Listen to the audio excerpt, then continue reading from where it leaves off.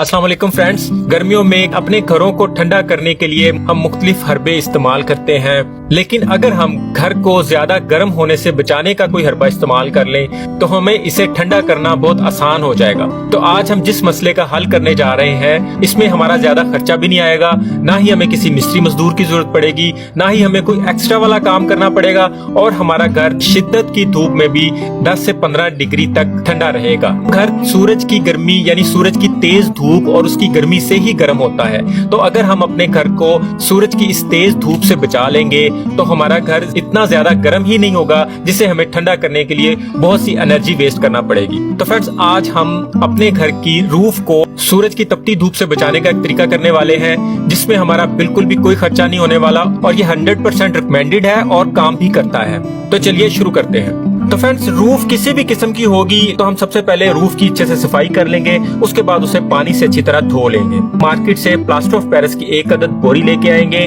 जो कि सिर्फ और सिर्फ हमें 500 रुपए में मिलेगी।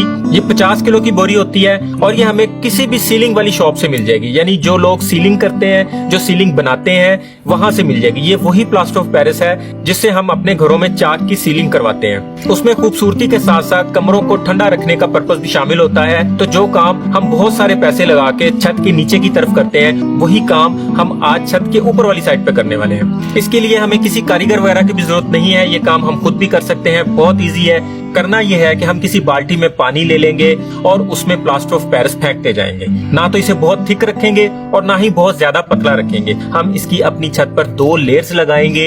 एक बोरी से 1000 स्क्वायर फुट तो क्लियर हो जाएगा, एक लेयर से भी काम चल जाएगा। लेकिन अगर हमें दूसरी लेयर लगाना है तो उसके लिए हमें दूसरी बोरी की जरूरत पड़ेगी।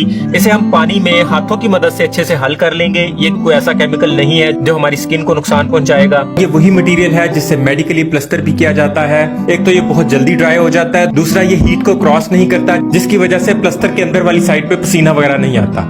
इसे हम अच्छे से हल करेंगे, ये बहुत मुलायम सा बन जाएगा।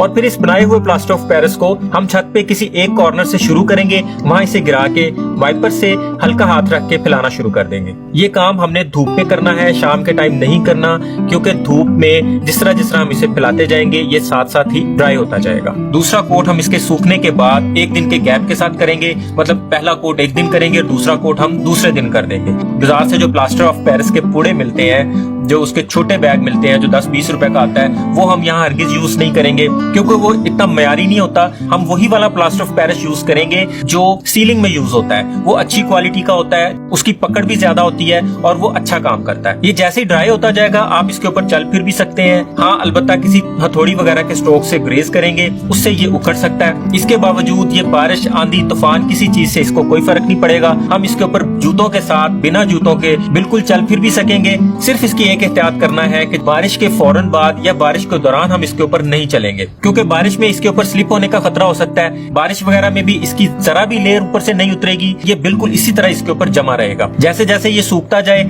आप इसके ऊपर अपने पाँव रख के देख सकते हैं। इसके बिल्कुल साथ वाली जगह पे आप पाँव रखेंगे तो आपसे नहीं खड़ा हुआ जाएगा। जैसे आप इस प्लास्टर ऑफ पेरिस वाली जगह पे पाँव रखेंगे, तपती धूप में भी वहाँ बड़े आसानी से खड़े हो सकते हैं। वहाँ के टेम्परेचर और सादा फर्श के टेम्परेचर में नुमाया फर्क आपको अभी से पता लगना शुरू हो जाएगा। पूरी बोरी के मटेरियल को एक दफा में नहीं बनाना, इसे बाल्टी के अंदर उतना उतना बनाना है जितना जितना हम कोई 10-15 मिनट के अंदर अंदर फैला सकें। उसके बाद फिर दोबारा नया बना लेना है, क्योंकि ये बहुत जल्दी ड्राई हो जाता है। इसलिए एक ही दफा बना लेंगे तो वो जल्दी ड्राई हो जाएगा और वो यूज के काबिल नहीं रहेगा। साथ साथ इसका एक और बहुत बड़ा फायदा आपको बता दूं, अगर आपकी छत में किसी भी जगह पे सीपेज या लीकेज है तो इस काम के बाद बिल्कुल बंद हो जाएगी। वहां से वो लीकेज या सीपेज 100% ब्लॉक हो जाएगी, 100% खत्म हो जाएगी। अगर ये तरीका आपको मुश्किल लगे तो इसे अप्लाई करने का दूसरा तरीका भी है। उस तरीके में आप सूखे प्लास्टर ऑफ पेरिस को पहले पूरी छत पे फैला दें, उसके बाद आप किसी स्प्रे गन से, स्प्रे मशीन से पानी का स्प्रे कर दें। उसमें आपको वाइपर वगैरह लगाने की जरूरत नहीं पड़ेगी, लेकिन उस तरीके में इसकी ऊपर वाली सतह पे इतनी ज्यादा सफाई नहीं आएगी, इतनी ज्यादा मुलायमियत नहीं आएगी, लेकिन गर्मी से बचत उस तरीके से भी हो जाएगी। और अगर आपको बारिश में भी इसके ऊपर चलना फिरना है तो फिर आप एक और काम करें, प्लास्टर ऑफ पेरिस को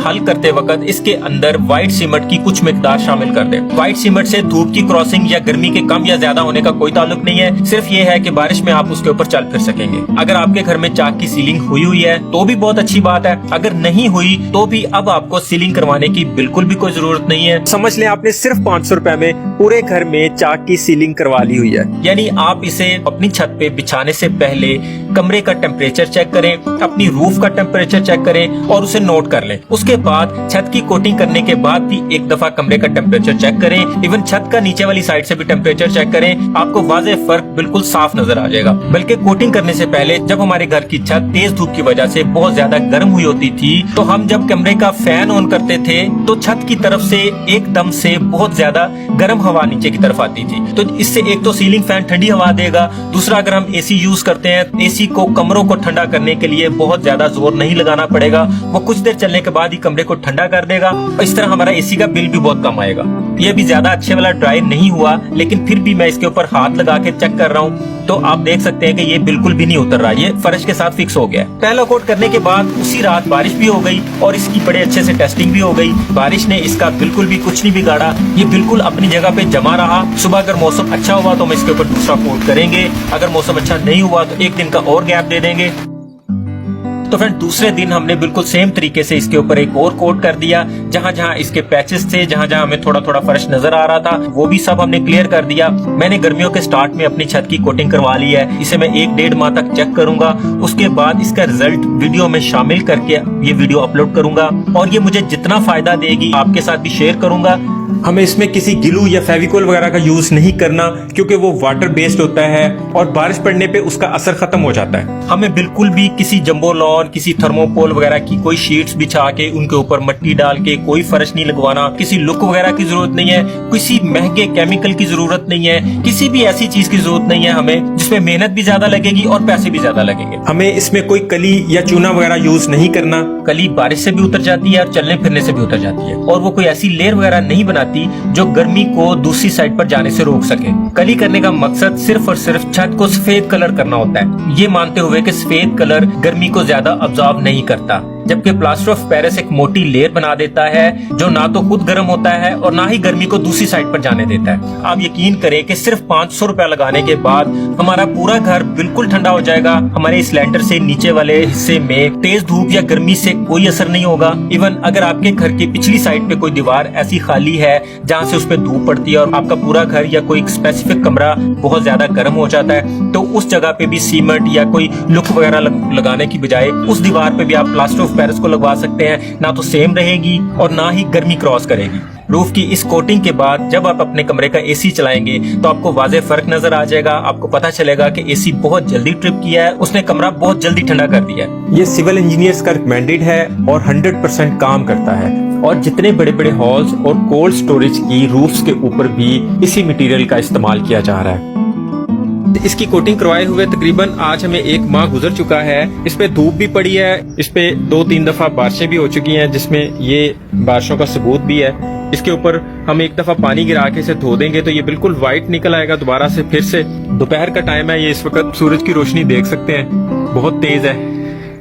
आप यकीन कीजिए ये जरा भी गर्म नहीं है और इसकी निस्बत ये फर्श बहुत ज्यादा गर्म है। और आप ये देखें कि अगर ये ऊपर से बिल्कुल ठंडा है तो 100% इसके नीचे वाला फर्श भी ठंडा है। इसी जगह पे हम इसे मीटर की मदद से चेक करते हैं।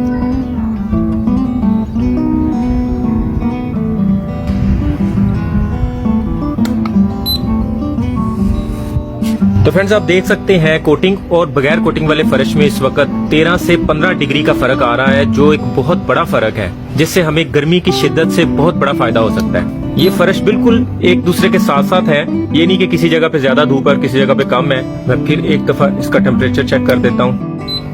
आप देख सकते हैं यहाँ पे 51.9 यानी 52 के आसपास है और ये बिल्कुल इसके साथ वाली जगह है, बिल्कुल साथ वाली है। ये यहाँ से हमने चेक किया और ये इसके साथ वाली जगह। अब यहाँ पे चेक करते हैं तो यहाँ पे ये 38.3 आ रहा है, यानी 14 से 15 डिग्री का इस वक्त नुमाया फर्क नजर आ रहा है। तो उम्मीद है आज की वीडियो भी आपको बहुत अच्छी लगी होगी। वीडियो पसंद आए तो इसे लाइक और दोस्तों में शेयर लाजमी कीजिएगा। चैनल पर नए हैं तो इसे सब्सक्राइब करना मत भूलिएगा। अपना और अपनों का ख्याल रखिएगा। बहुत बहुत शुक्रिया। अल्लाह हाफिज।